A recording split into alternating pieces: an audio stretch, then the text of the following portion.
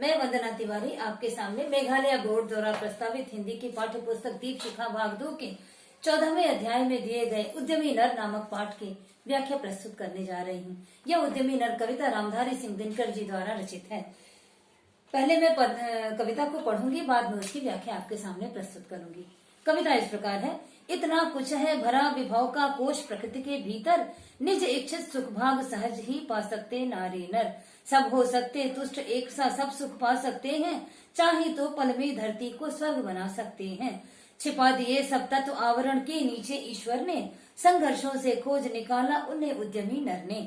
ब्रह्मा से कुछ लिखा भाग्य में मनुज नहीं लाया है, अपना सुख उसने अपने भुजबल से ही पाया है। प्रकृति नहीं डरकर झुकती है कहीं भाग्य के बल से, सदा हारती वह मनुष्य के उद्यम से श्रम जल से।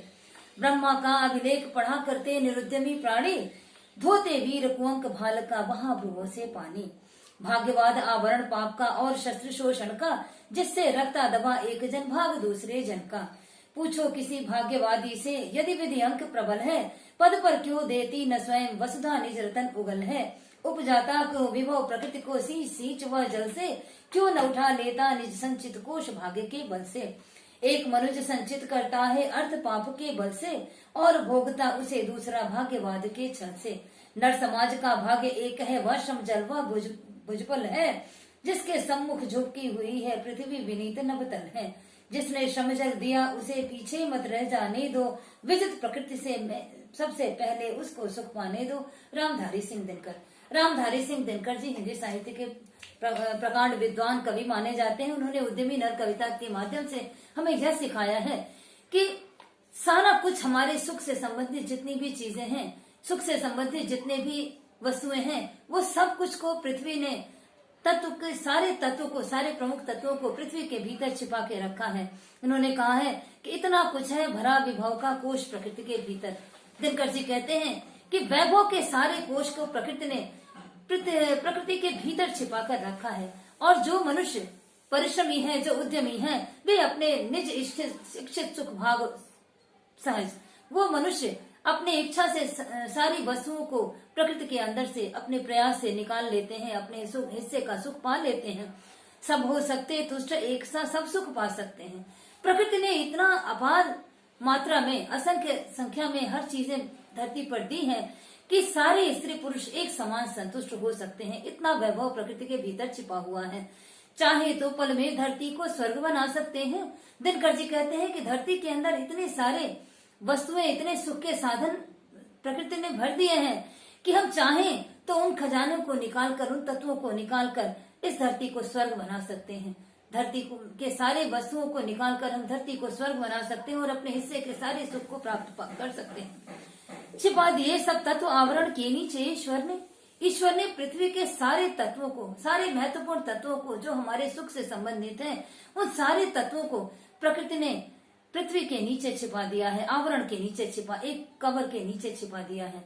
और संघर्षों से खोज निकाला उन्हें उद्यमी नर ने, और उद्यमी नर ने उन्हें अपने संघर्षों के द्वारा पृथ्वी के तल से उसको निकालने का प्रयास किया है और अपने हिस्से का सुख अपने लिए बटोर लिया है।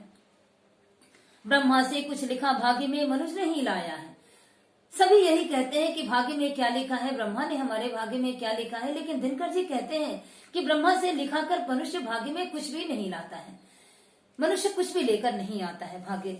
सब कुछ, सब सुख अपने उसने भुजबल से ही पाया है। अपने भुजाओं के बल से, अपने परिश्रम के बल से मनुष्य ने इसी धरा पर सारे सुखों को प्राप्त किया है। ब्रह्मा से लिखाकर कोई कुछ भी लेकर नहीं आता। ब्रह्मा भाग्य से किसी को कुछ भी प्रदान नहीं करते, बल्कि हम अपने परिश्रम से, अपनी भुजाओं के बल से अपने हिस्से के सारे सुख को प्रकृति से ले सकते हैं और प्राप्त करके सुखी हो सकते हैं।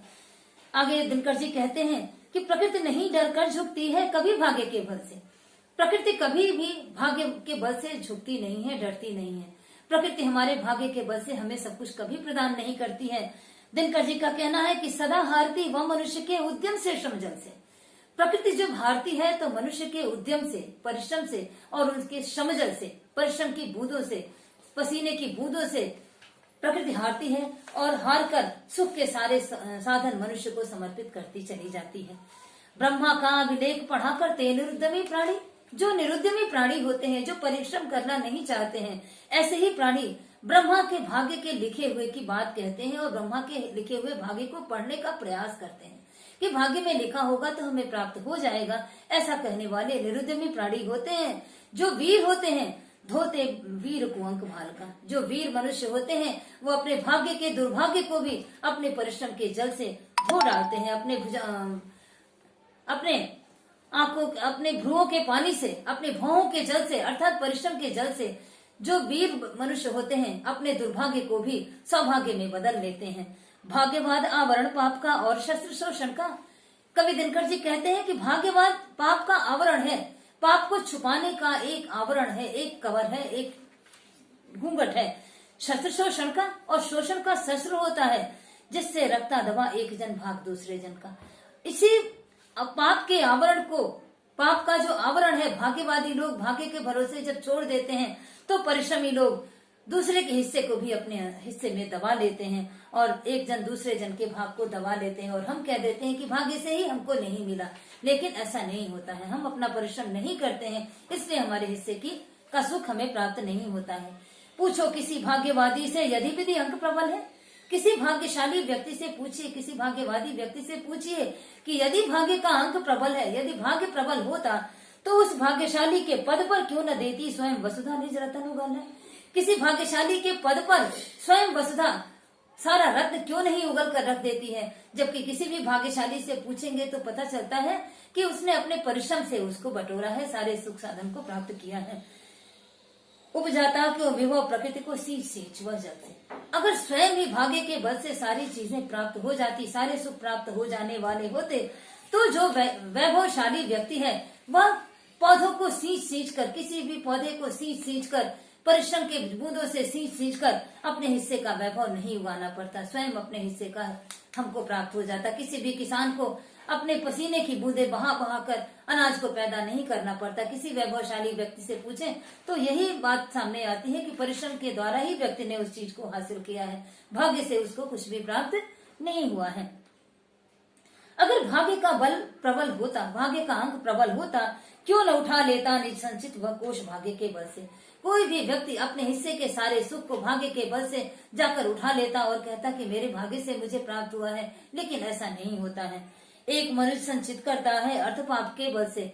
एक मनुष्य पाप के बल से अगर अर्थ संचित कर भी लेता है, दूसरे के द्वारा कमाए गए धन को लूट खसोट कर अगर संचित करके रख भी लेता है और भोगता उसे दूसरा भाग्यवाद के छल से। अगर कोई व्यक्ति छल कपट के द्वारा किसी के हिस्से के सुख साधन को इकट्ठा कर लेता है, ऐसी स्थिति में कोई दूसरा वह व्यक्ति उसका सुख नहीं प्राप्त करता, कोई दूसरा भाग्यवाद का नाम देकर उसका सुख को प्राप्त करता है। नर समाज का भाग्य एक है, वह श्रम है, भुजबल है। संपूर्ण मानव जाति के अगर हम देखें तो सबका भाग्य एक ही है, वह भाग्य है श्रम जल और भुजबल। अपने परिश्रम और भुजाओं का बल है और उसके पसीने का जल है, जिसके द्वारा वह सारे वैभव को प्राप्त करता है। जिसके सम्मुख झुकी हुई है पृथ्वी विनीत नवतर है। परिश्रमी व्यक्ति, उद्यमशील व्यक्ति के सामने ही संपूर्ण पृथ्वी, संपूर्ण सृष्टि, सारा विनीत नवतल, नव गगन आकाश सब कुछ उसके सामने विनीत होकर झुके रहते हैं, उसके सम्मान में झुके रहते हैं। क्योंकि परिश्रमी व्यक्ति परिश्रम से ही अनेक ऊंचाइयों को प्राप्त करता है। भाग्यवाद के द्वारा भाग्य से किसी को कुछ भी प्राप्त नहीं होता। रामधारी सिंह दिनकर आगे कहते हुए कह रहे हैं कि जिसने श्रमजल दिया उसे पीछे मत रह जाने दो। लेकिन दिनकर जी का मानना है कि जिस व्यक्ति ने परिश्रम किया है उस व्यक्ति के हिस्से का सुख उसे पा लेने देना चाहिए। हमको किसी दूसरे के द्वारा परिश्रम किए हुए धन का, किसी भी चीज का जबरदस्ती हथियाकर अपने सुख में नहीं ले लेना चाहिए, बल्कि परिश्रमी व्यक्ति को पहले उस सुख को पा लेने देना चाहिए। विजित प्रकृति सबसे पहले उसको सुख पाने दो। जिस व्यक्ति ने परिश्रम किया है उसको सुख पा लेने देना चाहिए, न कि छल बल से दूसरे के द्वारा परिश्रम से प्राप्त किए हुए चीज को अगर हम छल बल से ले लेते हैं, छीन लेते हैं तो यह गलत बात है। दिनकर जी का मानना है कि जिस व्यक्ति ने परिश्रम किया है पहले उस परिश्रमी व्यक्ति को उसके हिस्से का सुख हमें प्राप्त कर लेने देना चाहिए। उसके बाद प्रकृति में इतना धन वैभव छिपा हुआ है कि हम अपने भाग्य का सारा कुछ उस प्रकृति के अंदर से अपने परिश्रम के द्वारा प्राप्त कर सकते हैं। यही उद्यमी नर ने श्री रामधारी सिंह दिनकर जी ने कहा है। नमस्कार।